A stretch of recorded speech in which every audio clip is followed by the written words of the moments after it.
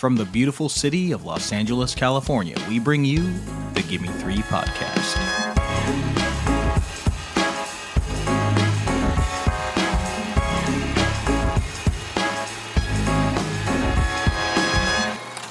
Welcome back, cinephiles, cinema lovers, and movie appreciators to the Gimme Three podcast, a series for cinephiles. I'm your co-host, Bella of Stratus, and I'm joined as always by my extraordinary co-host and birthday boy, Nicholas Ibarra. Happy birthday, Nick. Another year around the sun.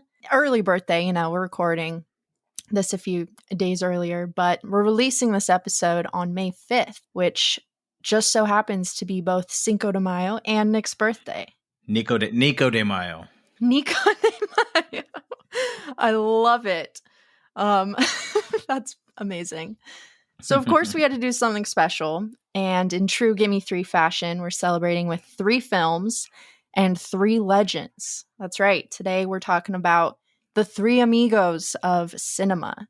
That's right. Alejandro González Iñárritu, Alfonso Cuarón, and Guillermo Del Toro.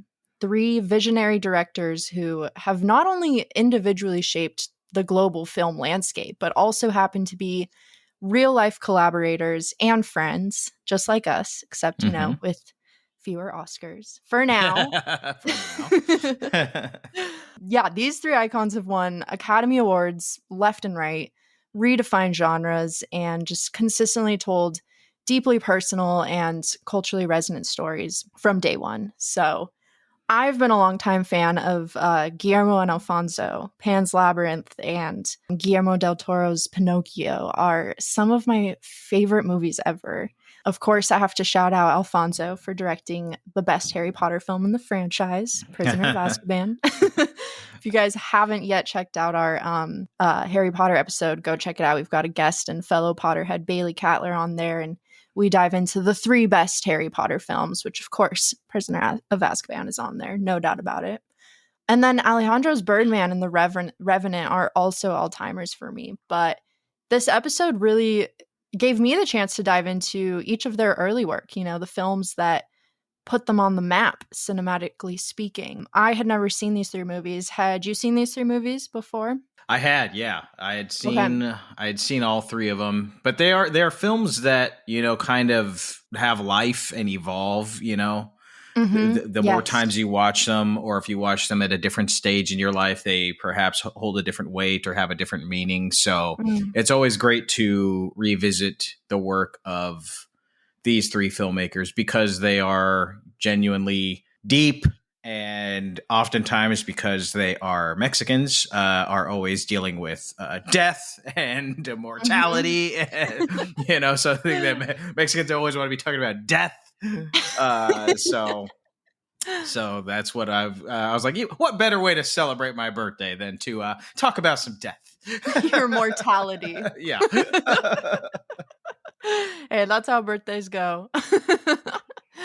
Yes, today we're throwing it back to the early 2000s. We've got Alejandro's brutal, visceral 3-part epic, Amores Perros, Alfonso's brilliant, sexy, and soul-crushing road trip drama, Y tu mamá también, and Guillermo's haunting ghost story and mystery, The Devil's Backbone. And yes, just like you said, each one is different from the next, but they all deliver the same intense emotion, masterful craft, and bold perspective that really proves why these 3 are among the greatest to ever do it. So whether you're here to celebrate Nicholas, Mexican cinema, or just want to get emotionally wrecked in 3 different ways, we've got you covered. Yes. Yes, without further ado, Nick, do you want to start us off with our first film of the day? We are going to start with Y tu mamá también from 2001, directed by Alfonso Cuarón, written by Alfonso and his brother Carlos Cuarón. And it is about 2 teenage boys. They're best friends. We've got working class Julio, who is upper class. Oh, sorry, he's working class. Julio is working class. We've got Tenoch, who's upper class, but they've become best friends despite their class differences. Julio is played by Gael Garcia Bernal, very young, very young Gael. And Tenoch is played by Diego Luna, again, very young. So if you're a fan of either of those actors, this is a must watch because you get to see them at their babyness. Yes. Their girlfriends have just taken off to Europe for the summer. So they've left the two boys to spend their days drinking, getting stoned, and beating their meat, which sometimes they do within close proximity of each other. And Tenoch's father is, as I mentioned, very well-to-do, and he is involved in the political scene. So when his family throws a party for the president of Mexico, Tenoch and Julio are introduced to Luisa, who's played by Maribel Verdú. And they are just infatuated with her, infatuated by her beauty, and her aura. And being the horny bastards that they are, they just invite her. They're slobbering all over her, and they invite her to travel up to the beach with them, a secluded beach that only the fishermen go to, which they have completely made up. They're just pulling this stuff out of their ass. But when Luisa discovers that her husband is cheating on her, who is actually Tenoch's cousin, her husband's cheating on her. She has there's some moments of reflection. She starts to think about who she is, where does she want to be. So she calls up these dirty boys and she says, you know what, let's go on this beach trip. And thus begins a road trip with a woman who's trying to rediscover herself and two boys that are, as Sonia always says, young, dumb, and full of cum. And brilliant. It's a real coming of age story, if you will. So, Bella, what did you think of Y tu mamá también? Oh, God, this is immediately a favorite of mine now. I'd never seen this one. It had been on my list forever. You hear everyone talk about this movie, and I can see why. It is full of life and so horny in the best way. And I just fell wholeheartedly in love with it, and it was nothing like what I really expected. It was even better, and the performances are just off the charts. I mean, it's insane to think about how young these two icons were filming this, and like thinking about this was like their breakout role, right? Or maybe they'd done some things before. I think they'd done some stuff before in Mexico, but like this was an international hit. Internationally speaking, yeah, yes. Like everyone, I can see how everyone was like, who are these guys, and how do we start seeing more of them everywhere, because they're incredible. And not to mention, of course, Luisa, her performance, it's unreal. I mean, just so mesmerizing, so much depth, some of the most beautiful scenery I've ever seen in my life. It made me want to book a trip to Mexico immediately. I love a road trip movie. They're some of my favorites. And this honestly is probably the best one I've ever seen. It is just, it does something that I feel like a lot of us do on road trips, where, the game where it's like you're on a road trip, you look at the person driving next to you and you come up with stories about where they're going, where they've been, what their relationships are, the people they're with. And this one does that in a very interesting way, in that it's not just like made up, because we have this narration. We have this narrator come in and tell us all these different things about the people and the places that they drive through. And it's so poetic and reflective and just embodies everything that I think a road trip can be. Mm-hmm. If in a cheesy, that sounds so cheesy, but it's life is cheesy. It's beautiful and it's big and grand, and that's what this movie is. Life is cheesy. The use of this narrator is cheesy, and it's not necessarily a bad thing. These three filmmakers are not. This is why I like them. They're not afraid of cheese. They're not afraid of dipping their meat in the fondue, so to speak. Okay, but as you mentioned, there's just like omnipresent narrator who is kind of all-knowing. Sometimes he speaks about the character's thoughts and feelings when they're not discussing them or they're trying to hide them. Right. But what I also love is, like you said, like when you're on a road trip or something and you are like, what's that person's life like? What's that person's life like? This narrator will touch on the history of the characters or the backstory of our main characters, but he'll touch on the history of like the road that they're driving on, or backstories of characters that we encounter only in blips. And it adds to the wholeness of the picture. It makes it feel bigger in a way. It kind of makes us feel smaller, and it highlights how fragile I think life can be, or just, which of course plays a big role in the film later. But I always forget about the narrator in a way, which is like hard. It's like difficult to forget about it because it's like such an important piece, but it always, every time I watch it, it throws me off guard when like the first time it comes up and you're like, whoa, because it like drops, it drops the sound design out of everything else. And all you hear is the narrator. Yeah, I thought my TV was broken like 25 times. It got me every time. Somehow it didn't click that this was just going to be a thing. But you said it so perfectly. Like there's almost like a domino effect to it as well. Like not only do we get the history, but sometimes they'll tell us the future of the people that we meet along the road. Yeah, it reminded me a lot of this French film, Amélie. Have you seen that one? Yeah. And it came out the same year, and it has the same omnipotent voiceover narrator, same like interconnected theme. Like it was so well executed in this, because the fact that you almost like forget that this narrator is such a big part of it, I feel like is a testament to how well executed it is, because it just feels so natural, and it doesn't like take away from everything else that's going on. It just amplifies it. Right. Yeah, it's a perfect way of showing like how we're all interconnected, but we can still, like you're saying, we feel so small, or like it can still make us feel so isolated and lonely in like our own little world, even though we're all on the same tiny little planet together. And yeah, I love that this movie was really about, not only about like the central trio, but also just about stories and storytelling, like, and truth. You know, we see how the boys tell Louisa stories about themselves, but not everything, you know. It's right. In stories we don't tell our full truth. Sometimes there are things only we know about ourselves. And the way this film explores that is so honest, and in a way that can make you feel kind of like uncomfortable, and then kind of like reflect on it. It made me start thinking about like, how do I present myself to the world, rather than like versus like who I truly feel that I am. You know, it really makes you think, this movie, which is unexpected, because on the surface it's kind of just like a horny classic road trip movie, but there's so much depth to it at the same time.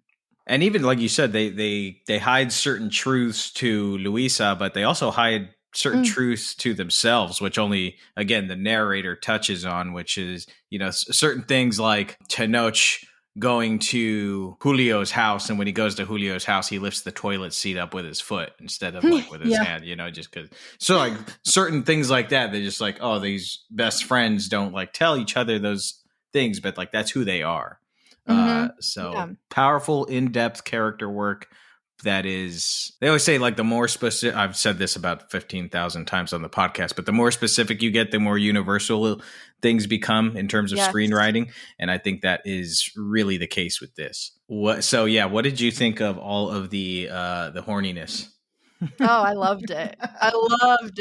And it's just so funny. Like, it's they're so such 18-year-old little boys. It's like, it's so real. And I loved the way that Louisa dealt with it. Because, you know, when you have something like this, there's one of a few ways that it can go. And I think it went down the perfect route of like, she's like, I'm just going to entertain this, because for many reasons, of course, like on the surface, it's like, this is funny. And, you know, there's kind of a power dynamic there, not in like, and not, I wouldn't say it's like, this might sound bad, because it's like, obviously they're 18, she's an older woman, but like, I never got creepy vibes from it, which I appreciated. Not at all. Yeah. It was like very consensual, but actually, I never even entertained that as a possibility. Maybe because they're just so horny for her. Horny. Yeah, like, and maybe, you know, maybe that is it. Maybe, I don't know, but it feels very consensual on all fronts. Yeah, so she's like entertaining this for that alone, but then also she's dealing with her own kind of like betrayal and rejection in her own relationship. So it's like, being doted on and chased after by these two attractive young men. It's like, I get you.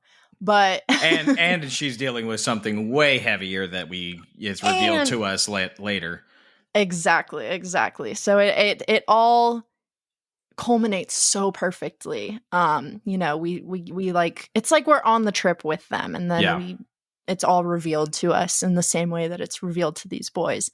And it's fun because I feel like in a way it connects Louisa to the narrator, because she knows so much more than they do, and she teaches them things, not just sexually, which thank God she's there for that, because these boys need some help, but but also personally and spiritually, and she plays such a crucial part in their growth and a crucial part in the fracture and demise of their relationship, unfortunately, as well, as we see later on. But it's still beautiful. It stings, but it's beautiful. Yeah. There's something about the camera work in this movie too that also is like kind of like a different kind of narrator, because sometimes the camera will, as we're visiting like these little pockets or these towns, we'll be going with a character and then the camera will just hang.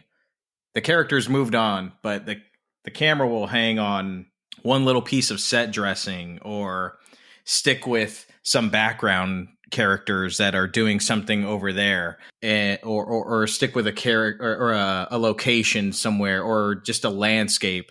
And your mind starts to wander about like, oh, what's that? Or look at how beautiful that, piece of architecture is, or something like that. And it's like, it's not even underscored by the narrator, or the characters aren't talking about it, but you're kind of like, it's like you're on, like you said, it's like you're on this road trip and you're kind of like taking in different parts of the environment and the world also, that all kind of just like, I don't know how exactly, but they all just feed into the conclusion of the picture.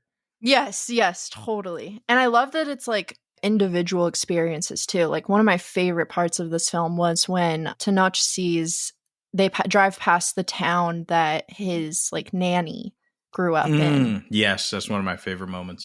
Yeah, the narrator comes on and talks about how he recognizes this, but he doesn't say anything because he's having all these feelings of like how he felt like she was his mother. She raised him for a long time and he called her mother until he was 5. Mm-hmm. And it's like this really, really personal, intimate moment for him. And we as the viewer are really the only ones who get to share that with him, because he doesn't share it with the other 2 people in the car. And it makes me like tear up just thinking about it. It's so sentimental. Yeah. Oh, so well done. Yeah, I love that. I think that's one of my favorite moments of the narration that pops on. And like the way it's shot, you wish that they would drive towards it. Like you're like, I want to see more of that. But it's just, we're just driving by and that's it. It came and it went. Yep. Yeah, it's funny that this movie wasn't there like a battle with the directors because of the NC-17 rating for it, which is kind of crazy to me, because I feel like there's other movies like this that are equally sexually explicit and not rated NC-17, but maybe not. I don't know. Yeah, I don't know. I mean, yeah, it's for me, like, it's never that sexually explicit. You see some dingling, but yeah, but we see dingling all the time nowadays in the movies. Well, speak for yourself, Bella.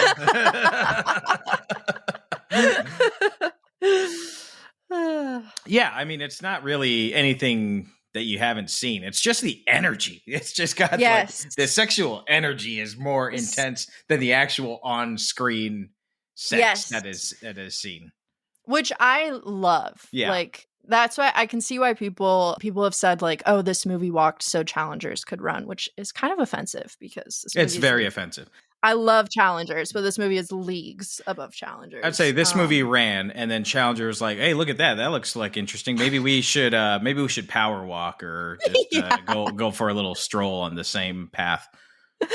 Perfectly said. Yeah, I agree completely. But yeah, I love this type of movie. Like just there's some, it's more powerful than, the tension is more powerful than the sex. Like, yeah, right. Like, I recently watched Pride and Prejudice. There's maybe one kiss, small little kiss in that movie, and that is one of the horniest, sexiest movies I've ever seen in my life. Right. Like, yeah. So, you know, this is similar in that way. It's a little bit more, but yeah. But the tension is the best part of it. I mean, it just has you on the edge of your seat. And then, of course, like, their dynamics are so funny together. You would think that they've all known each other that they've known Louisa for years by the end of this film. Even at the beginning, like, they're just immediately so open with her. Mm-hmm. And she's so equally open with them, which is like unexpected. You kind of expect her to be like uneasy. And then but like by the time she's on the road with them, she's like, we're doing this. I'm going all in. She's in the car. She's packed up all her shit.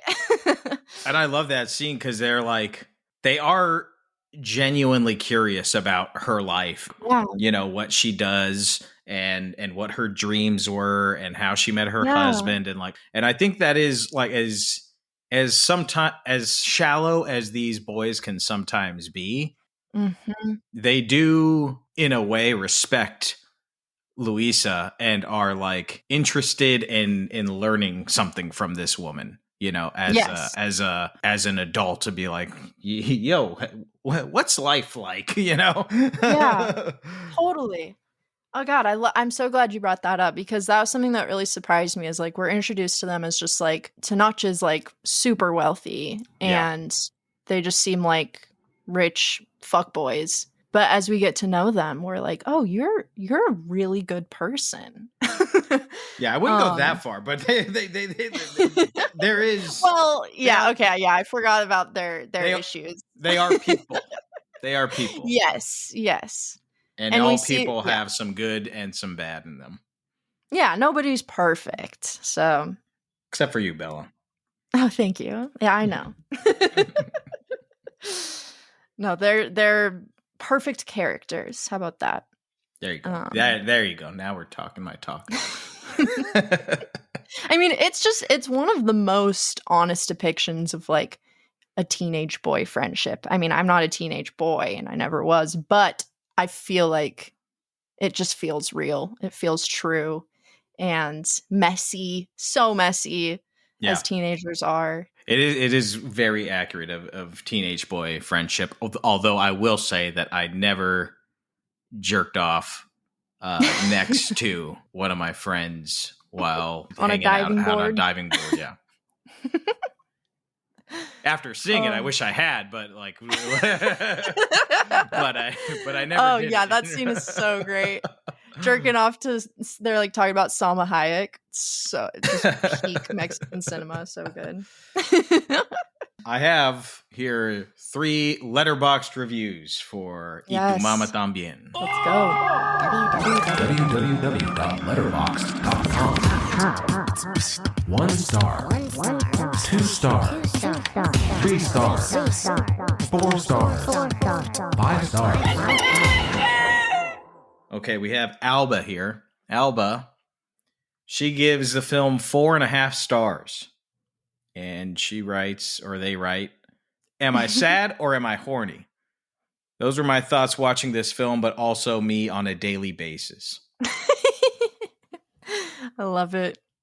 True. Alba, I hope you get less sad, Alba, and are able to put the horniness to good use.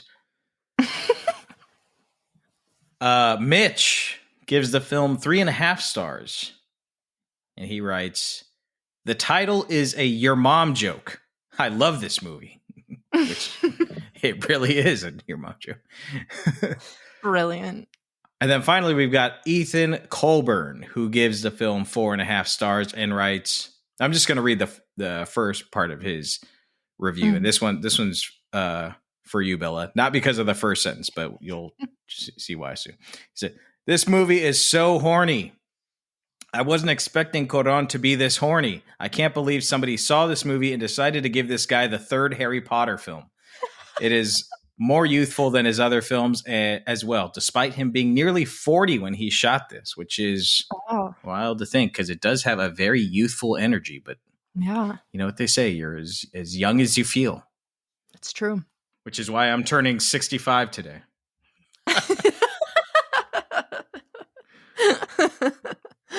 Oh, man. It is so funny that Harry Potter producers watch this and we're like, oh, we need that guy to do this for sure. You know, in a way it makes sense because he encapsulates that youth and that angst and those hormones so tangibly. Which was so important to the third very film. important to the Harry Potter. You know, these kids are, you know, he's got to water it down a little bit, but the Harry Potter kids are pretty horny themselves. Oh, for sure. For sure. I mean, that was the turning point film. That's why it's the best one. But we're not talking about that. I'm sorry. Don't get me going, Nick. It's bad. Any final thoughts on Y tu mamá también? Music. Shout out music and the way it's used in this film. It is the quintessential scene of the film, which is they've hit their destination at the beach and they're staying at this little beach town. And Luisa goes to the jukebox and plays a song, which is like a classic Mexican jukebox song. And she's just like dancing and like walking towards the camera and seducing them and seducing us. And she like looks so incredible. And then she brings both the boys up to like dance with her and they're just like grinding on each other. And then you got like the townsfolk in the back just like looking at this situation being like, what is gonna happen there tonight? I think we all know. Yeah. But it's just one of the most memorable scenes of the whole film. Just visually, it is visuals that stick with you forever. Oh yeah. And okay, actually maybe we talk about the ending and the climax. Literally. Yeah, let's talk about it because I mean, if you haven't seen it, this is a spoiler, and I would recommend skipping ahead a few because I think this is one of the movies where I don't want to spoil the ending, even though it's 26 years old. I know. I was hesitant, but I'm like, if we're talking about it, we got to talk about it. Yeah, we throughout the film, from time to time, either the boys are spying on her or we are in a moment alone with Luisa, and we see her crying. There's a few reasons why she could be crying. You know, her husband just cheated on her. She's left her husband. She's out with these two boys, and maybe she's going through a midlife crisis, so to speak, or something. But one thing that the first time I watched this, I totally forgot, which was early in the film, we follow her as she's going to a doctor's office. And the narrator is talking about how she took a test from a magazine about whether or not she was a fully realized woman or not. And it asked questions like if she preferred to be awake or sleeping or dreaming, you know, if she valued time or rather than money or power more, if she thinks about the present or the future more. Narrator says she scored a 16 on this test and was rated as a woman afraid to claim her freedom, which Luisa disagreed with. So she has this kind of like floating energy to her throughout the film, Luisa. More mature and more knowing than even your standard Joe Schmo or Jill Bill. At the end of the film, after the boys leave the beach, they leave her there because she wants to spend a few more weeks in this beautiful little beach town, just enjoying the sea. We meet Tenoch and Julio later in life, it's a few years down the road, and Tenoch says, "Did you hear about Luisa?" And he goes, "No, what?" He goes, "She died. She had passed away from cancer," which was really kind of the catalyst for her wanting to go on this trip with these boys. And the first time I saw it, I was like, "Oh my God, it all makes sense." When I rewatch it every time, I'm like, how did I not see that?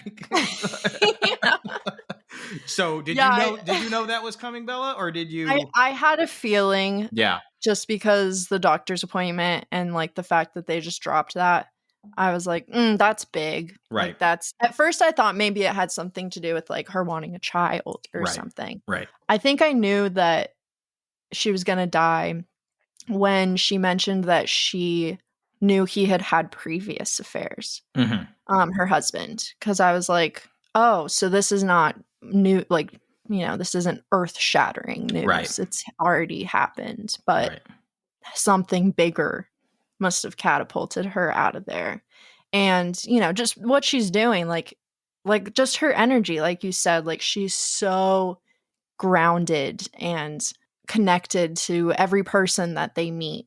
And it just feels like someone who is really fully alive in a way that I was like, she's facing her own mortality. Like she's at that point.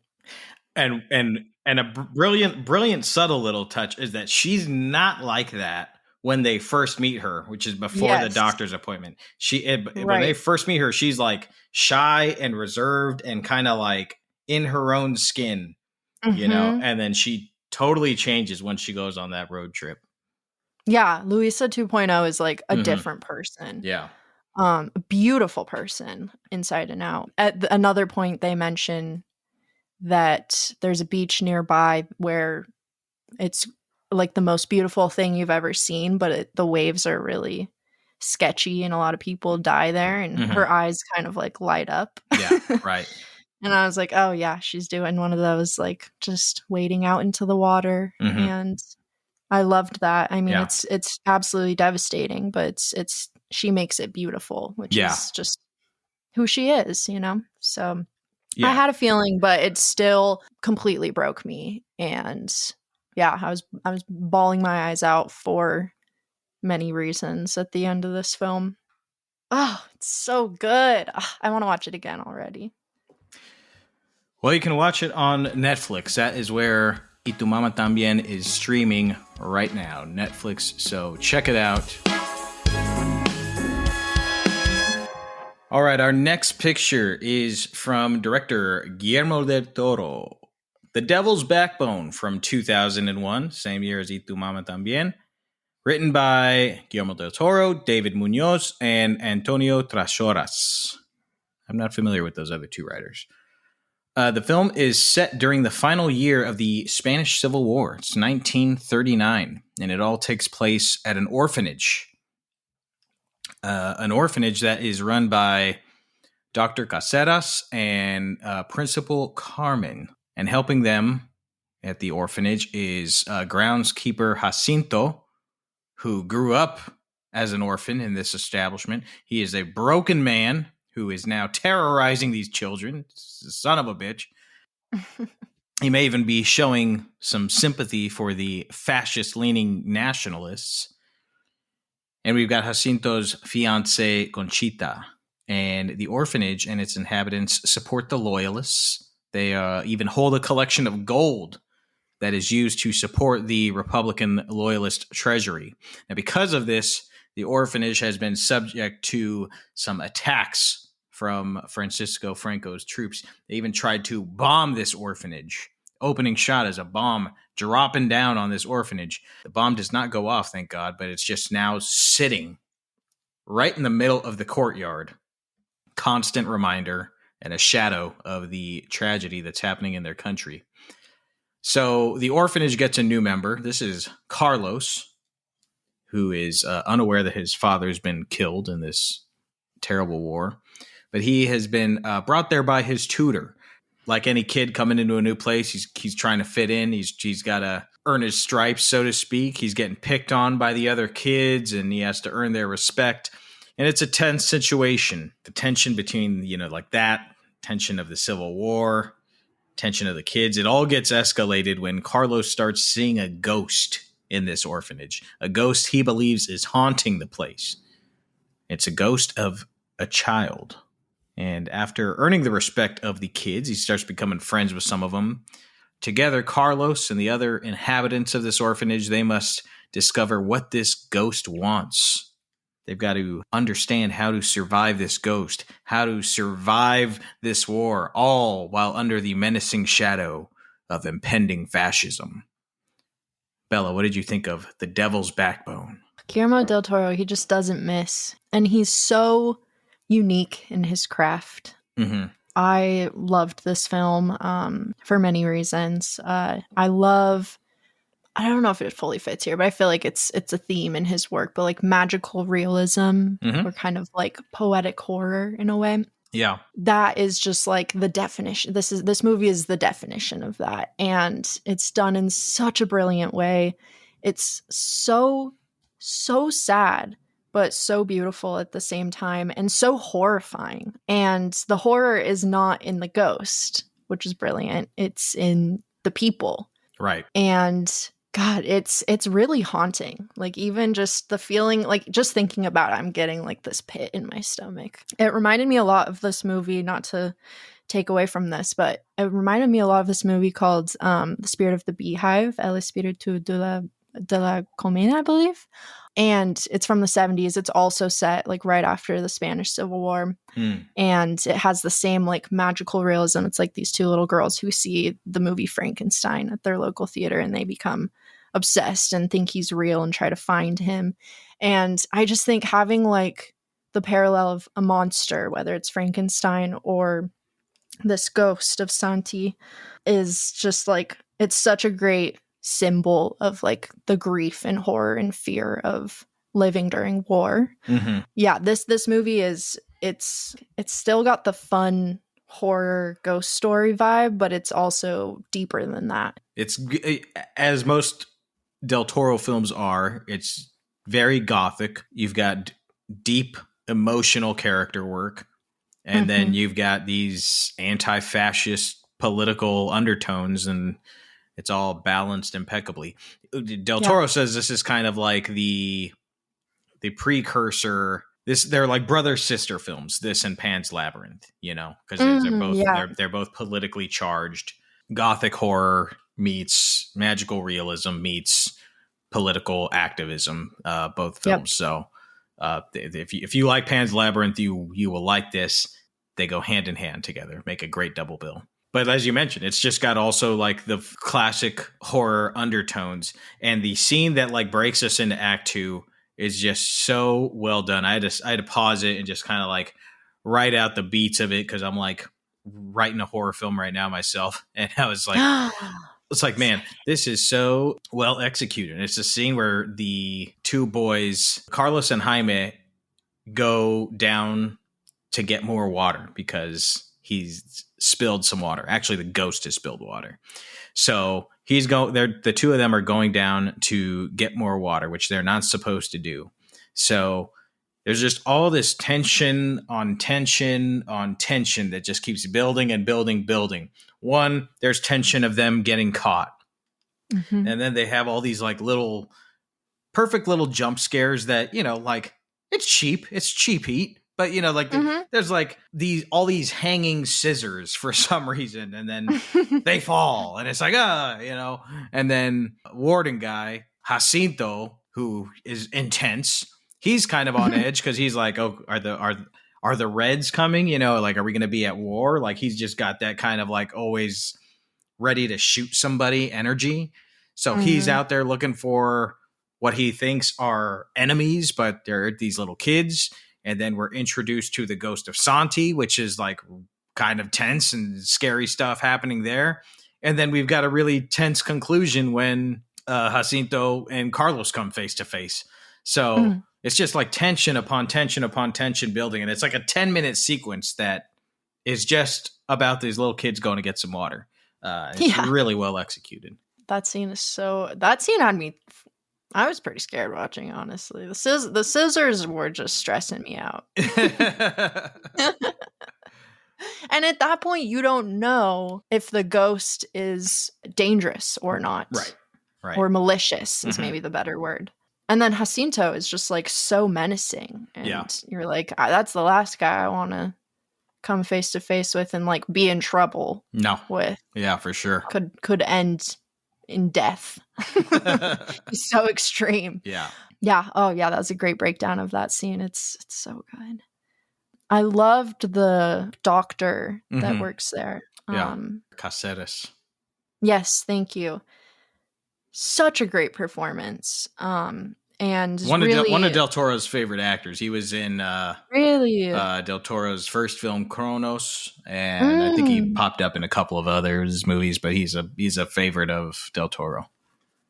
He's so good and like necessary in all the trauma and horror of this film. He's kind of like their beacon of light.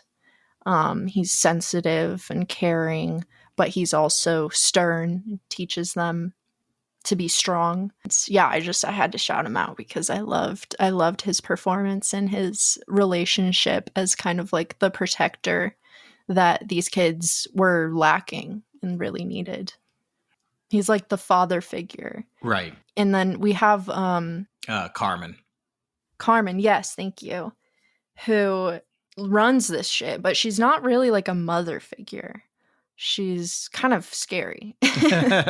But she's badass, and she's got her own demons that she's dealing with. And just like the layers character-wise in this film was really unexpected. I kind of thought it was going to just be about like the ghost. And it is, but it's equally about who all of these people are and their relationships to each other and how they need to help each other through everything that they're going through. It's just, it's so well written. It's about the ghosts of our past. You know? Yes. Our trauma.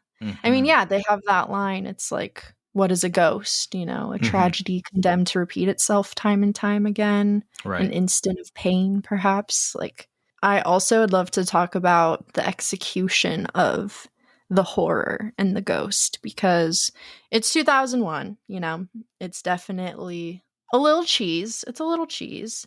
But it's still beautiful, and it's still haunting, really gorgeous imagery. Like there's this scene where we see the ghost behind Carlos, and then as he turns to look at it, it disappears, and there's just this like blood floating in the air where he was.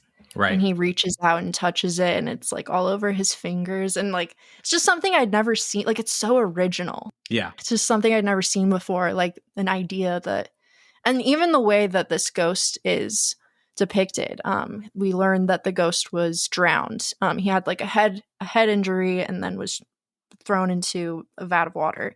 At first, I thought it was just like kind of shitty CGI, but I realized that his aura is water, like reflecting, like the reflection of water. You know, I can't explain it. Yeah, like when you look into your reflection of a pool or something, that's kind of like what the ghost looks like. And yeah. On top of that, he's got this, as you mentioned, like blood kind of like emitting from his head. But it feels like it's floating up instead of like dripping down. And you don't really think about it. You're just like, oh, it's like supernatural. It's kind of just like, it's ghostly, you know? But yeah. But once it's revealed why the blood is emitting up, it's because the ghost of him was water-bound. It was like, oh, how smart. So smart. Oh, I love it. The ghost is scary. Like when you first see him and you're first encountering him, like it is freaky. And then there's that one shot. There's this shot where Carlos is hiding in a closet. Yes. And there's a shot of like through the keyhole as he's like looking for the ghost, and the ghost just goes, bam, pops up, and it's like, it's a classic jump scare, you know, but it's just like his eye. It's effective as hell. It is. Roger Ebert said, like, this movie gets what a lot of ghost story movies don't get, which is that ghosts are just tortured souls looking for, you know, something, looking for connection. You know, that's what. Yeah, like, why is the ghost the monster? They're just stuck. I think my favorite lines of the movie are, this is later in the film where that damn Jacinto has really fucked shit up. He's like poured gas all over the goddamn place, and he's basically blown up a huge portion of the orphanage. He's killed Conchita. He's killed Carmen. Like, I mean, shit is bad. And he's got the remaining kids that are alive trapped in some closet. There's like, we're fucked, you know, like, yeah, it's over. Carlos tells him, like, oh, yeah, by the way, it was Jacinto who killed Santi. So, like, he's going to kill us, bro. Like, it's all she wrote. Drops that knowledge in, like, the worst moment ever. So anyways, they're in the closet, and it's Jaime who says, like, you know, like, we got to get out of here. We got to get out of that window, and we got to, like, get that door open. And then one of the kids is like, and then what? What are we going to do? What do you want us to do? And he says, well, we got to try. You know, like, if we stay, he's going to kill us. Do you want to sit around and wait? Do you think he's going to let us go? Do you think if it'll all work out if we behave? You know, which is, like, poignant words to hear right now, and for an anti-fascist film. And Right. and the kid goes, they're bigger than us, they're stronger than us. And the Jaime says, yes, but there's more of us. And it's like, that's the kind of messaging we need right now. Seriously. Oh, I love that. Yeah. I can't help but that scene kind of reminded me of when all the orphans are locked away in Annie. I don't know why. It got me excited because when I was little, that scene always got me hype. And then this is like the adult version where you're like, they're not just going to break out. They're going to break out and kill that fucker. Yeah. They must be locking kids in closets a lot in orphanages, because it's a common theme in, like, a lot of orphan movies that you see. They're always putting them fuckers in closets. Especially in the 1940s. Yeah. I mean, oh man, I love, like, the mystery of this film too. Yeah. As you said, they reveal that Jacinto killed Santi, and before that, I thought that Jaime killed him. Right. Yeah, that's what they want you to believe. Yeah. They got me.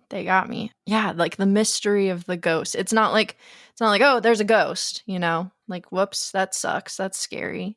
It's like, well, why is there a ghost? And what does he want? It's like the psychology. Guillermo Del Toro is just so good at that kind of stuff. He just gets it.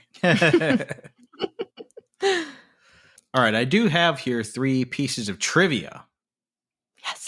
Give me 3 pieces of trivia for The Devil's Backbone. I want to play a game. Trivia number 1. You may have noticed in the credits, Santi is credited with 2 actors. There's Andres Munoz, who did a lot of the work, and then there's also Junio Valverde, both credited as Santi. Why, you may ask? Well, it's because Andres Munoz replaced Valverde in part of the underwater scenes because Valverde had to go to the hospital for barotrauma. Basically, there's, like, too much water pressure in his ears. They had to take that kid to the hospital, and they're like, bring out the other kid.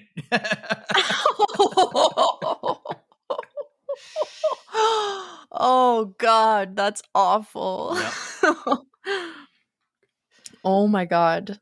Well, thank you for your work, Double Kids. Yeah. Okay, piece of trivia number 2. So there's a Spanish comic series that I think takes place in an orphanage. It's called Paracuelos. It's by Carlos Jimenez, comic series from Spain. It was an important source of inspiration for this here film. It was semi-autobiographical work from Carlos Jimenez, and it takes place in a Franconist orphanage, you know, during the early 1950s. An inspiration for the movie, as I said, but how cool is this? Carlos Jimenez ended up working they brought him on to be the storyboard artist for this film. Oh, no way. How awesome is that? That is so cool. Third and final piece of trivia. It was kind of a rough time in Guillermo del Toro's life. Guillermo del Toro had made the American, he made his film Cronos, which was a big hit in Mexico. The United States was like, this kid's all right. Bring him over here. We're going to make this movie Mimic. Miramax joint, Mimic, the bug horror movie, which is all right.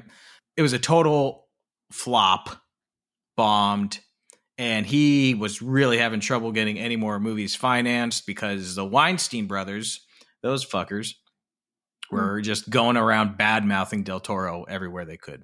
It was also around this time that Del Toro's father was kidnapped by the Mexican cartels. They had his father for like 72 days. Oh my God. So Del Toro was going through it. It was just like the worst period of his life. He thought his career was over. He got his dad back, but it was like totally traumatizing. And so after all of this, he was like, I need to work on something that I care about, even if it's like I don't get to make it.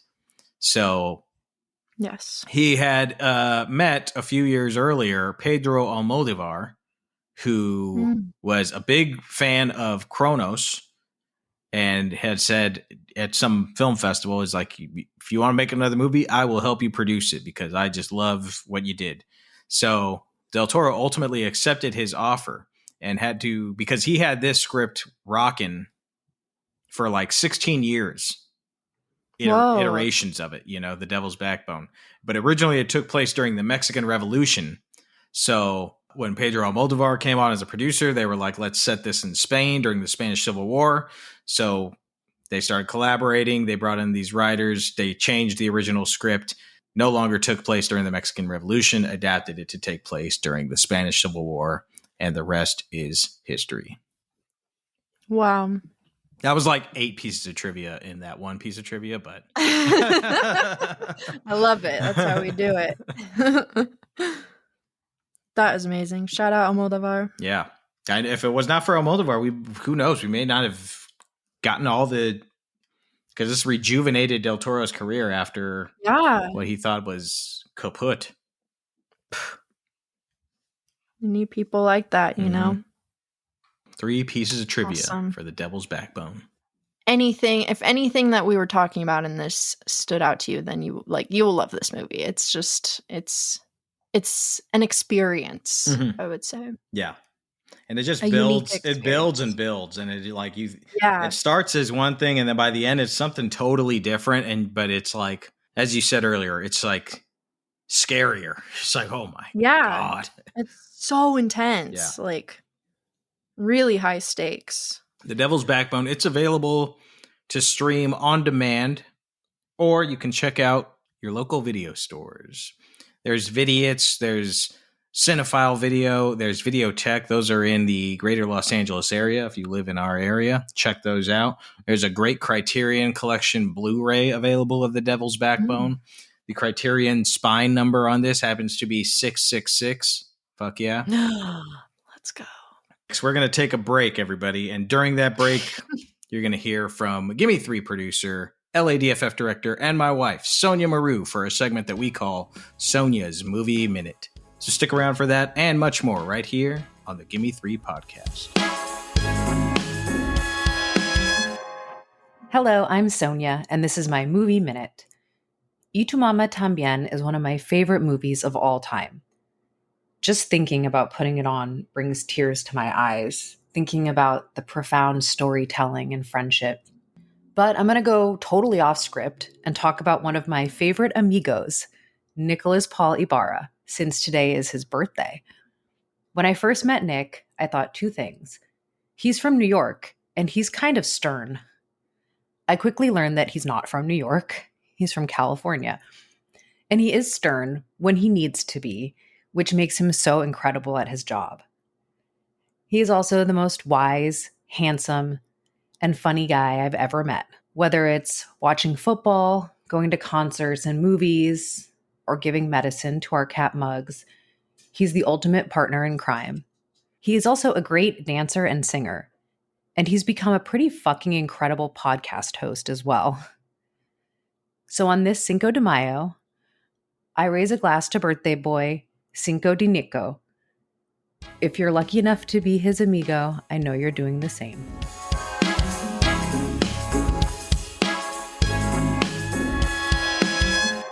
It's the Gimme Three podcast, everybody. We are talking 3 amigos today. That is Guillermo Del Toro, Alfonso Cuarón, and Iñárritu. 3 incredible, groundbreaking, legendary filmmakers who are real-life friends. And we are discussing today some of the... I mean, at some point, we're going to have to do Gimme Three episodes on each of these filmmakers individually, but... Oh, 100%. I think it's cool to kind of like do them as a unit and explore their differences, their similarities, and just how awesome it is that they like came up together and have succeeded at such a high level individually. It's amazing. Yeah. So anyways, before the break, we discussed Y tu mamá también by Alfonso Cuarón, and we discussed The Devil's Backbone by Guillermo Del Toro. And now Bella is going to bring us home with the final film of the day. Yes, we're heading into the gritty, explosive world of Amores Perros. We've got Alejandro González Iñárritu's 2000 debut feature, and the first entry in what would become his death trilogy, which includes 21 Grams and Babel.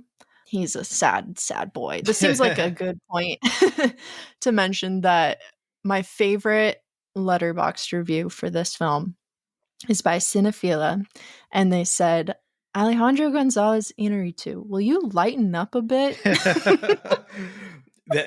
that reminds me. I actually, before we get into it, there was an amazing event that Netflix put on. Not to, I don't like giving Netflix credit for anything, but they put on an amazing event that was the three of them together in kind of like a round table discussion. And it was at the Academy Museum Theater. It was the year that Pinocchio and Bardot came out. So Cuarón was kind of moderating a discussion between the three of them just about their careers and their style and their themes and all this kind of stuff. Anyways, they were, because they're friends, they were also teasing each other. And Alejandro said something that was like super intense and like dark and mythical. And Del Toro was like, everything this guy says is so intense. He could be talking about making guacamole, and he's like, you take the avocado and you slice it, and then you take a lemon and it gives you its life, and then you chop the onions, and then you are birthing the guacamole.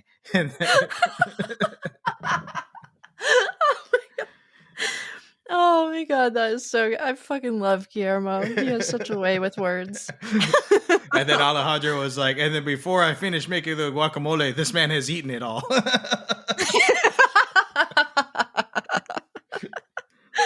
Oh, so good. I gotta watch that. Oh my god. The whole thing is on YouTube, actually, if you guys want to check it out. Just type in Three Amigos Netflix, and the whole thing should be up on YouTube. But it was great discussion between the three.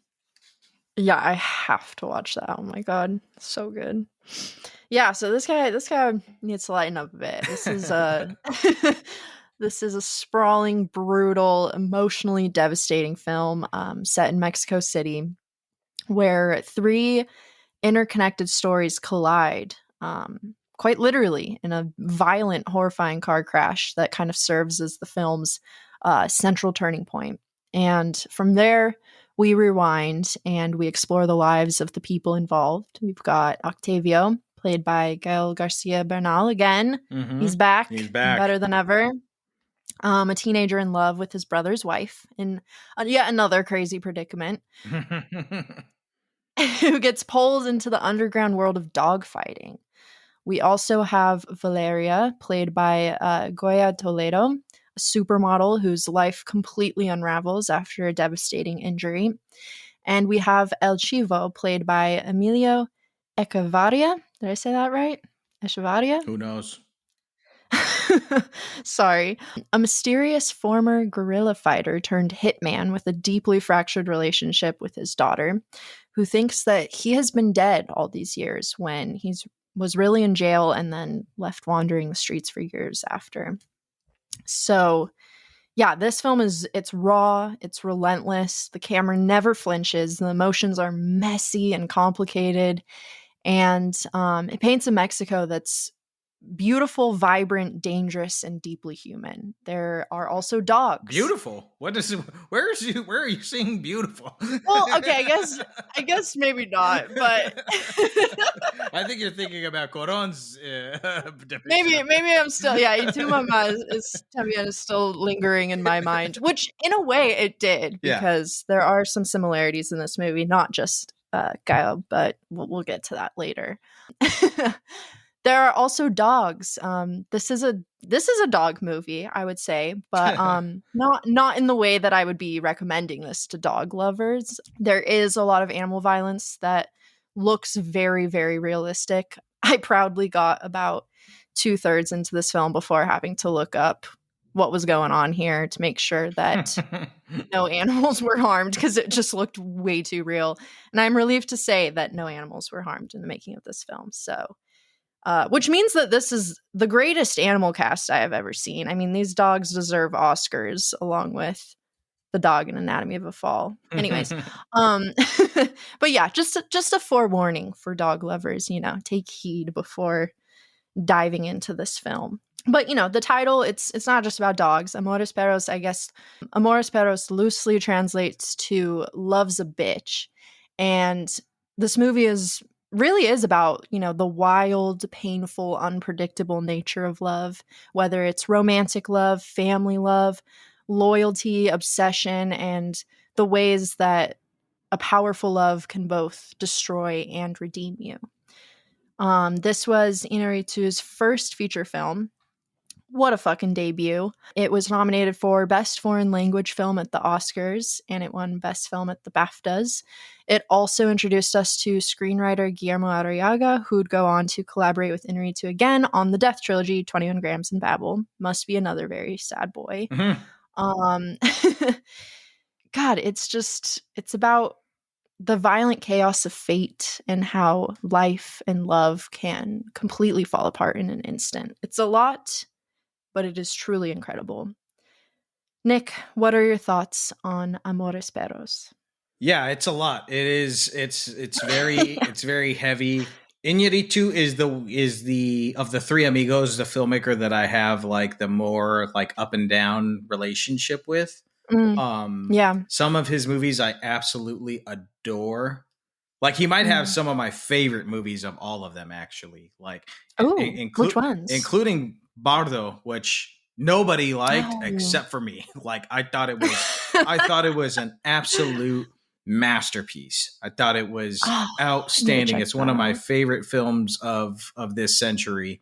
And it really did not hit as hard with the critics. And of course, nobody really saw it because it was a Netflix production, and they're, I don't think they gave it a theatrical release at all. I saw it a few times in theaters because of we had some guild screenings that we got to see it in, but it did not really have a theatrical release. So anyways, I'm on a total tangent here. This movie, this movie is kind of the embodiment of my relationship with Iñárritu. It's kind of broken into 3 chapters, as we talked about. I think the first chapter is absolutely thrilling and gut-wrenching, and like you're on the edge of your seat, and it's so wildly entertaining. The second chapter for me falls off and is a little bit slow and mundane, and I find the 2 characters very annoyingly stupid.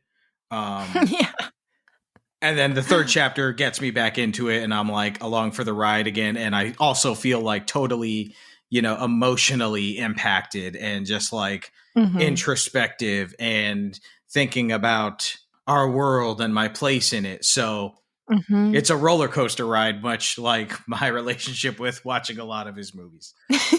But ultimately, I love it. Yeah, I loved it. I agree. Like I had seen I watched Babel. I hated it. I hated that movie. And it's very similar to this movie. So when I started this and started seeing where it was going, I got really nervous. But I would say this one takes the cake. This is just like a masterpiece. But I would also agree with you, like the middle part, which is, I think it's like Daniel and Valencia. I think that's his name. It just didn't really work for me. I agree with you. The characters are kind of just like flat and dumb. And the situation they're in is just like, what are we doing? What are we doing? Like, we're just still trying to make it about the dogs, but like, it's not connecting. Yeah. The first story with Gael is amazing. I almost want like that on its own. Like I was so into that. Third one, also fucking incredible. I agree with you. Like very what word am I looking for? Like contemplative, like thought-provoking. I was surprised how much this movie did kind of like remind me of Y tu mamá también, just with the I am too. Interconnected stories. They're very, very different movies. But I think something about like the interconnected storytelling here and then like the narration in Y Tu Mamá También. Right. It felt like a connection. Right. That was interesting. And in that like Y Tu Mamá También was kind of like optimistic. Right. And then this one was just like, no, everything is fucked. Right. But yeah, devastating, brutal, realistic. I think even though I don't love the middle part, I think it still has it flows pretty well. Like the transitions are amazing. It serves a purpose in the film and for what the movie is about, because it's not meaningless. No, it all of them kind of like also highlight this class disparity that is in Mexico, and it's really everywhere. Mm-hmm.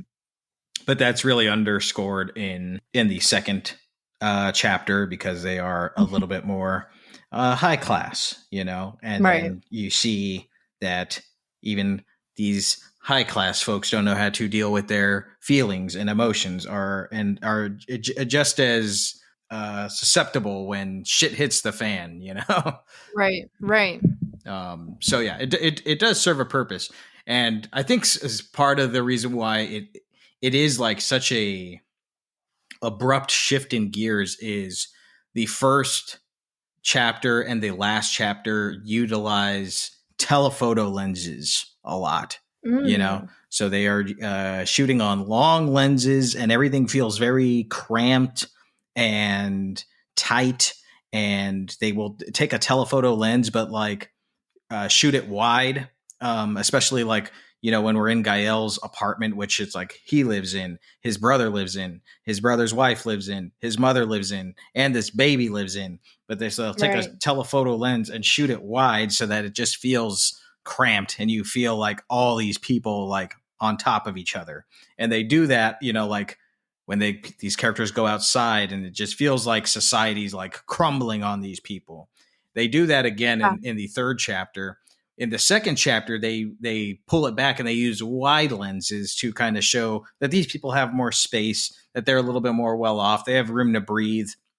But then when the model ends up breaking her leg, these same wide lenses are used to kind of show her isolation and how alone and small she feels now that she's like lost her identity. So it is brilliant in its filmmaking and like craft and technical approach. But it is just like it's probably a subconscious thing where you go from like this intense telephoto lens where everything's moving and fighting, and you got dogs fucking trying to rip each other's throats out. And then you're just like, oh, this lady's sitting on a bed in a wide lens. It's just like, It doesn't have the same intensity. Right. And they're also like, I don't know. I was gonna say they're like less sympathetic characters than the others, but they're all pretty fucked up. They're all pretty fucked up. Yeah, they're all pretty fucked up. There's no real sympathetic characters. Yeah. I mean, if anything, the model is the most sympathetic character. Yeah, honestly, that's why I stopped. But maybe that's like sometimes, she may be the most like sympathetic, but she may be the least interesting also. Right, exactly. I can't remember if I like, Octavio or El Chivo, the old man in the third chapter. They were just performances amazing. Yeah.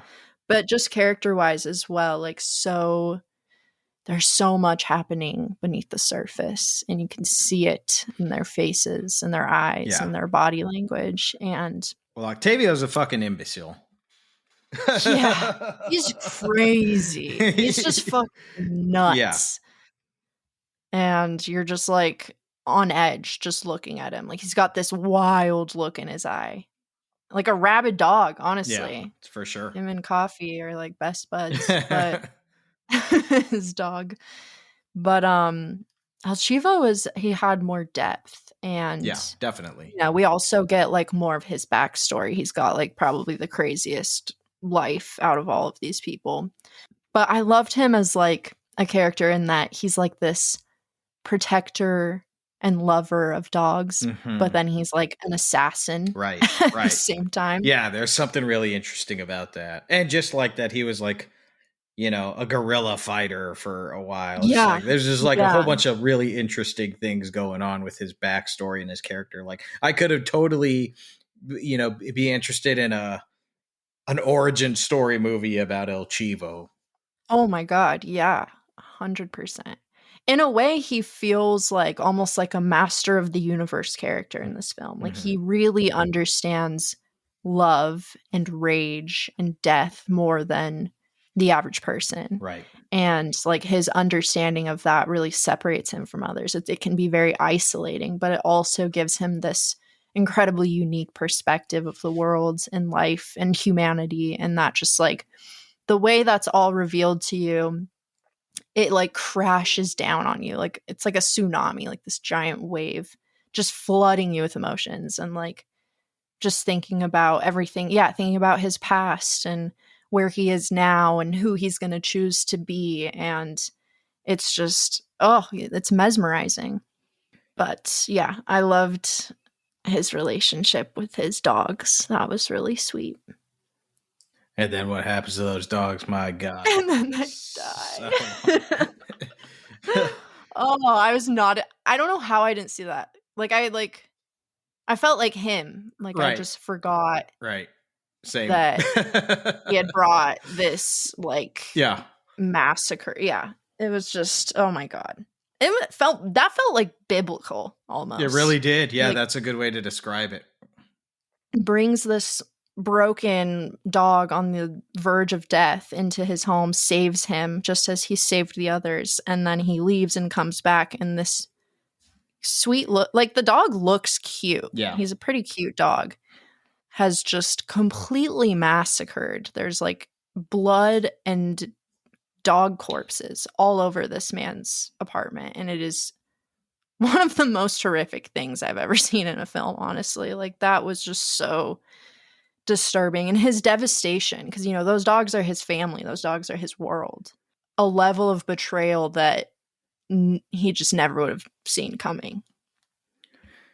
Yeah, it's terrible. It's totally. He's used to being betrayed by humans, right?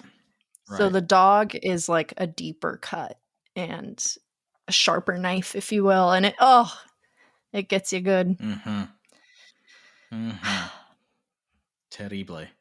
Well, this will be a good time to talk about some Gimme Three pieces of trivia, because some of our listeners might be like, what in the fuck are they doing to those dogs in this movie? So I know. I mean, I'll just touch on take it away. touch on it here for a second. Thank you. Here we go. Gimme Three pieces of trivia for Amores Perros. I want to play a game. I want to play a game. Okay, trivia number 1: the dogs. Here we go. Where dogs appeared dead or dying in the film. I was watching it with Sonia last night, and she was like, "What? How do they make these dogs? What are they doing with these dogs? Because these dogs are limp noodles, and their tongues are sticking out." Just like, I don't think that's a fake dog. So okay, right. So the animals were actually just sedated. Under the careful eye of the Mexican SPCA. If you've got multiple dogs on screen that were just kind of like out, they were just, that's basically what they did. They were under sedation, under careful monitored sedation for, and they would only have them sedated for no more than a half hour at a time. And the other thing is, like, unlike most films, have a disclaimer at the end that says like no animals were harmed in the making of this movie. They put that at the top of this movie. They're like, you may have not noticed it because it was in Spanish, but they throw it like right in the beginning where it's like no harm. Oh, I must have missed that because I was tweaking the whole time. I was like, I don't want to look it up because if it's true, then I'm fucked. But well, and then the fighting scenes for the dogs, like, they, as you may notice, like the fighting scenes for the dogs, like you'll never see a frame or a shot that's more than a second. Basically, they're very quickly edited. It's like the dogs were playing, and then they just used really fast cuts and added intense sound effects of growling and biting and stuff. Most of the time, you're looking at the people's faces and not the dogs. If you see the dogs, it's for a second, and the dogs are just like, jumping around each other. They're having fun. Yeah. So they probably had a great time on this. No animals were harmed on the making of this film, for our listeners who may be concerned. But if you are a dog lover and you're like triggered by dog violence, I'd still say maybe not the movie for you, because they do a very convincing job. They do a very convincing job of all this stuff. And they're a very like strong motif throughout the film. Right. Like it's constant. Yeah. It's not like, oh, I got through the dog part. Right. No, it's throughout. Yeah. This one's for all my LA fans here, my Angelinos, born and bred. The Red Hot Chili Peppers music video, By the Way, which many Angelinos know and love. The car chase in that music video is inspired by the opening car chase in Amores Perros. No way. And you'll notice a lot of shots just basically taken straight from that film. That's awesome. That scene is fucking crazy. Yeah. And then last but not least, we were talking about the Death Trilogy, which includes 21 Grams and Babel. By the way, between those three films, a total of 10 Academy Award nominations.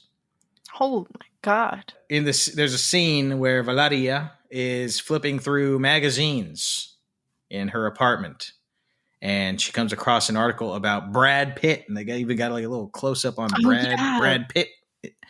Well, Brad Pitt, of course, would go on to star in the third and final of the Death Trilogy films, Babel. So there you go.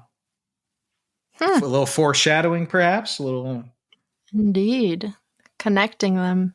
There you go. Give me 3 pieces of trivia for Amores Perros. I love it. Yeah, that opening scene, that car crash being the opening scene. Yeah, it pulls you in. Yes. Well, and the foreshadowing, as you mentioned it, I mean, the foreshadowing in this film is amazing. It's so well done and it's so unique because it's very blatant. Like, it's kind of like in your face foreshadowing.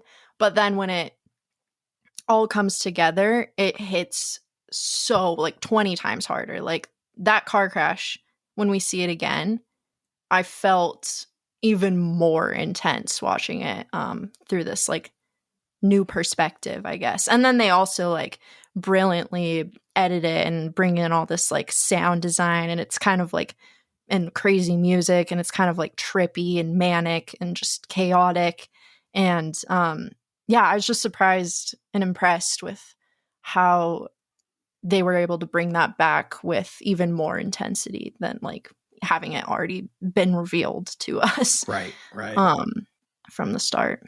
Right. Yeah. Strong work here from Iñárritu.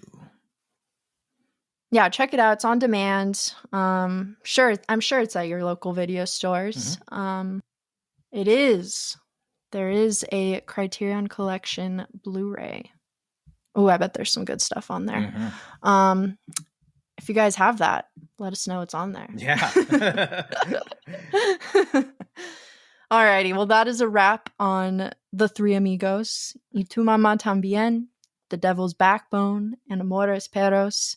3 exceptional films from equally exceptional filmmakers, Alejandro González Iñárritu, Alfonso Cuarón, and Guillermo Del Toro.